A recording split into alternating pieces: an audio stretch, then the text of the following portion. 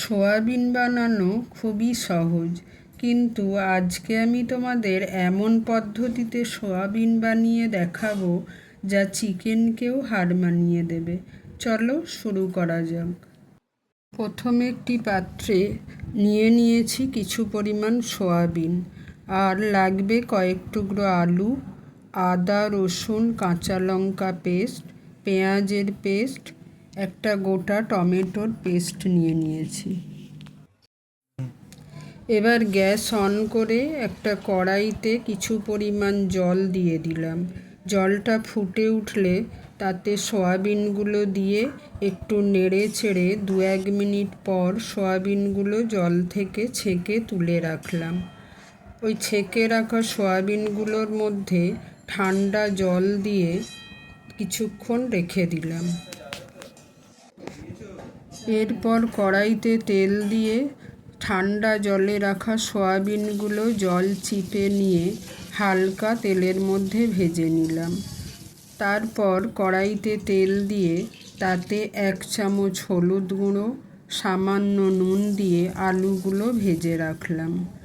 এরপর ওই তেলের মধ্যে তেজপাতা, শুকনো লঙ্কা ফোড়ন দিয়ে ওর মধ্যে পেঁয়াজ বাটা দিয়ে একটু নাড়াচাড়া করে ওর মধ্যে আদা রসুন কাঁচা লঙ্কার পেস্ট দিয়ে আবারও একটু মিশিয়ে নিয়ে তাতে পেস্ট করে রাখা টমেটো দিয়ে নেড়ে চেড়ে আবার ভালো করে কষিয়ে নিলাম।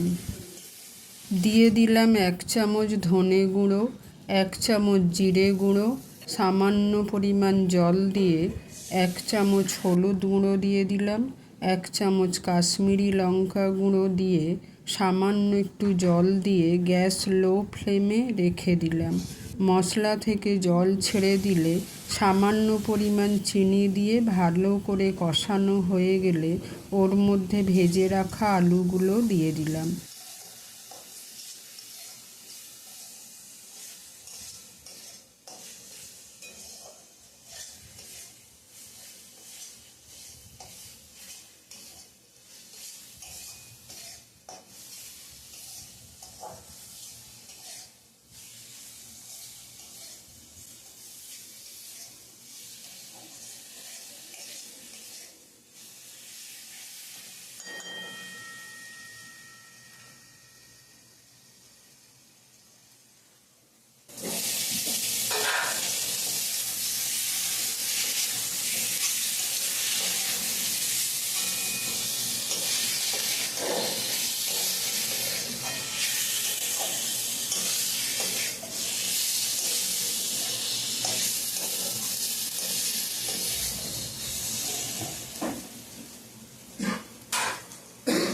এরপর সয়াবিনগুলোও দিয়ে দিলাম। এইভাবে কষিয়ে রান্না করলে রান্নার স্বাদ দ্বিগুণ বেড়ে যায়।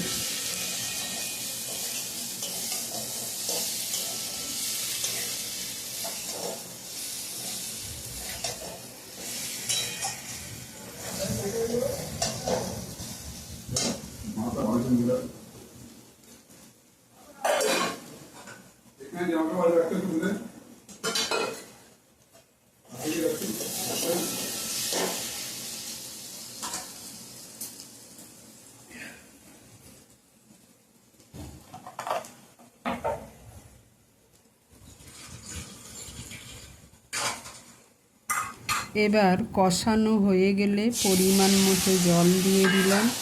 আমি আলুগুলো ভাজার সময় সামান্য লবণ দিয়েছিলাম, সেই কারণে স্বাদ বুঝে এখন আবারও সামান্য লবণ দিলাম।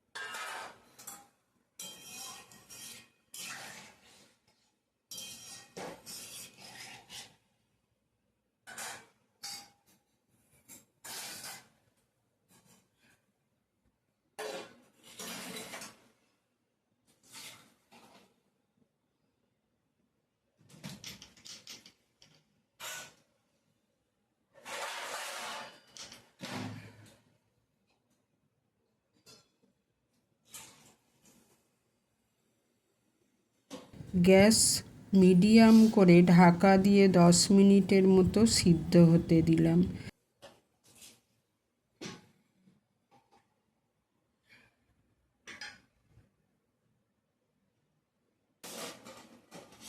কিছুক্ষণ পর ঢাকা খুলে দেখে নেব আলু আর সয়াবিনগুলো সিদ্ধ হয়েছে কিনা। দেখলাম আর একটু সিদ্ধ হতে হবে, তাই আবারও কিছুক্ষণ ঢাকা দিয়ে সিদ্ধ হতে দিলাম।